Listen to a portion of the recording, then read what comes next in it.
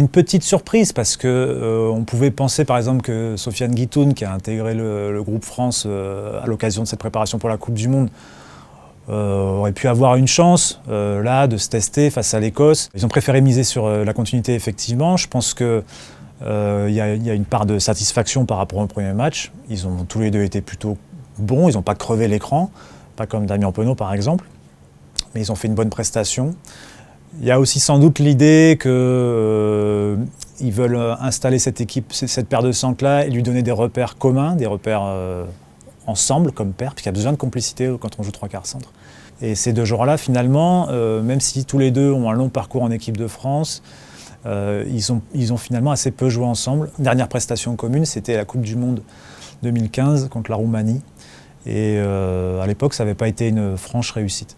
Mais je pense qu'aujourd'hui, quoi qu'il arrive, Wesley Fofana, Gaël Fickou, le fait qu'il soit à nouveau titularisé, ça montre qu'il y a une sorte de premier choix qui a été fait par Jacques Brunel et son staff. Ce qui finalement, connaissant leur qualité de base, est assez étonnant de voir qu'au finalement, aujourd'hui en 2019, ces deux joueurs-là peuvent être alignés en même temps. Si on refait un peu l'historique, Wesley Fofana, Gaël Fickou, c'est deux joueurs qui se ressemblent. C'est deux punchers avec beaucoup de qualité de vitesse et d'appui. Depuis qu'ils sont arrivés en équipe de France, il y a la tentation de les aligner ensemble, certains l'ont fait, mais en même temps il y a une limite, c'est quand on aligne deux joueurs qui se ressemblent à ce poste-là de centre, il y a forcément un manque.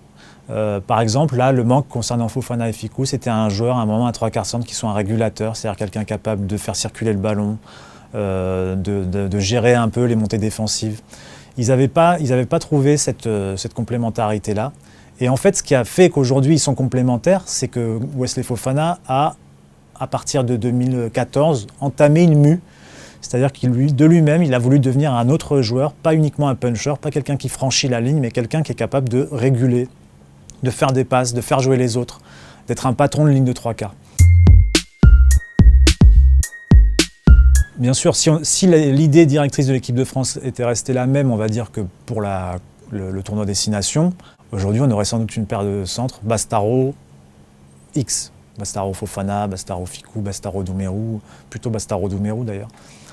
À partir du moment où l'équipe de France, sous l'impulsion de Fabien Galtier, ou plutôt sous l'influence de Fabien Galtier, a décidé d'aller vers un autre jeu basé sur la vitesse, le déplacement, le jeu qui se pratique au niveau international, petit 1, ça a éliminé Mathieu Bastaro.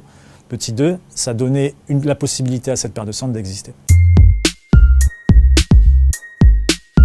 La question qu'il faudra se poser aussi, peut-être à un moment dans la Coupe du Monde, c'est que cette paire de centres-là, par rapport à d'autres paires de centres, je pense par exemple en Angleterre, il lui manque peut-être une chose, c'est un jeu au pied. Aujourd'hui, le jeu au pied repose sur le 9, sur le 10, mais aussi beaucoup souvent sur le premier centre notamment. Et ni Wesley Fofana, qui joue premier centre, ni Gaël Fickou n'ont une grande qualité de jeu au pied de déplacement. Ça peut être un manque dans une Coupe du Monde où, a priori, beaucoup pensent que ça sera la Coupe du Monde du jeu au pied.